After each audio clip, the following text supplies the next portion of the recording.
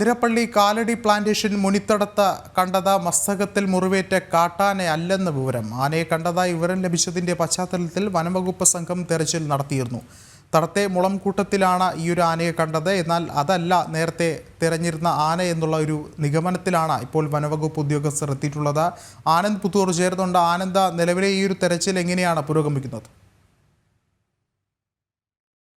ഈ മസ്തകത്തിൽ മുറിവേറ്റ ആനയല്ല എന്നുള്ള ഒരു ഔദ്യോഗിക സ്ഥിരീകരണം അല്പസമയം മുമ്പ് വന്നിട്ടുണ്ട്. എന്തായാലും ഈ നേരത്തെ പറഞ്ഞ പോലെ തന്നെ ഈ 20 സംഘങ്ങളിൽ നിന്ന് 50 ഈ ദൗത്യ സംഘത്തിന്റെ എണ്ണം ഉയർത്തിയിട്ടുണ്ട്. 6 വിഭാഗങ്ങളായിക്കൊണ്ട് 3 സ്ഥലങ്ങളിലാണ് പ്രധാനമായും തിരച്ചിൽ നടത്തുന്നത്. ഇപ്പോഴും തിരച്ചിൽ പുരോഗമിച്ചുകൊണ്ടിരിക്കുക തന്നെയാണ്. എന്തായാലും കഴിഞ്ഞ ദിവസം ഏതാണ്ട് ഉച്ചയോടുകൂടി കാട്ടുകയറിയ ആനയെ ഇതുവരെ കണ്ടെത്താൻ സാധിച്ചിട്ടില്ല. ഇന്നലെ ഉച്ചവരെ ആന നിരീക്ഷണ വലയത്തിൽ ഉണ്ടായിരുന്നു. പക്ഷേ പടക്കം പിടിച്ചതോടുകൂടി തന്നെ ആന ഉൾക്കാട്ടിലേക്ക് വലിയുകയായിരുന്നു.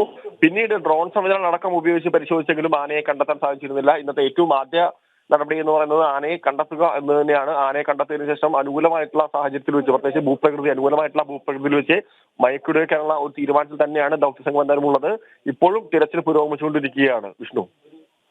ആനന്ദ, ഒരുപക്ഷെ നമുക്കറിയാം കഴിഞ്ഞ ദിവസം തന്നെ വളരെ വലിയൊരു പ്രതിസന്ധിയാണ് വനംവകുപ്പിന് മുന്നിൽ ഉണ്ടായത്. ആന കൂടുതൽ വനത്തിൻ്റെ ഉൾഭാഗത്തിലേക്ക് കടന്നത് ഇന്നലെ ഒരു പ്രതിസന്ധിയായി. എന്നാൽ ഇന്നും ആനയ്ക്ക് വേണ്ടിയായുള്ള ആ ഒരു തിരച്ചിൽ നടക്കുകയാണ്. ഒരുപക്ഷെ നേരത്തെ സൂചിപ്പിച്ചതുപോലെ ഈ ഒരു ദൗത്യ സംഘത്തെ വിപുലപ്പെടുത്തിയത് കൊണ്ട് മാത്രം ഒരു ഫലം ഉണ്ടാകുന്നു എന്നുള്ളതാണ് ഒരു ചോദ്യം ഉയർന്നത്. നേരത്തെ നമുക്കറിയാം ഡ്രോൺ ഉൾപ്പെടെയുള്ളവ ഉപയോഗിച്ചുള്ള ഒരു നിരീക്ഷണം ഉണ്ടായിരുന്നു. എന്നാൽ കൂടുതൽ ശാസ്ത്രീയമായ അല്ലെങ്കിൽ സാങ്കേതിക സംവിധാനങ്ങൾ കൂടുതലായി ഉപയോഗിച്ചുള്ള ഒരു പരിശോധന കൂടി നടത്തേണ്ട ഒരു കാര്യം കൂടിയല്ലേ ഉള്ളത്?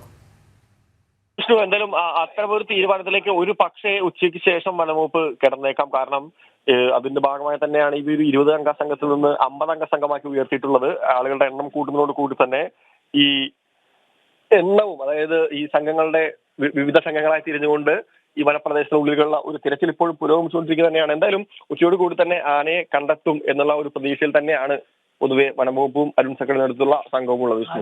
ശരി, ആനന്ദാണ് വിവരങ്ങൾ നൽകിയത്.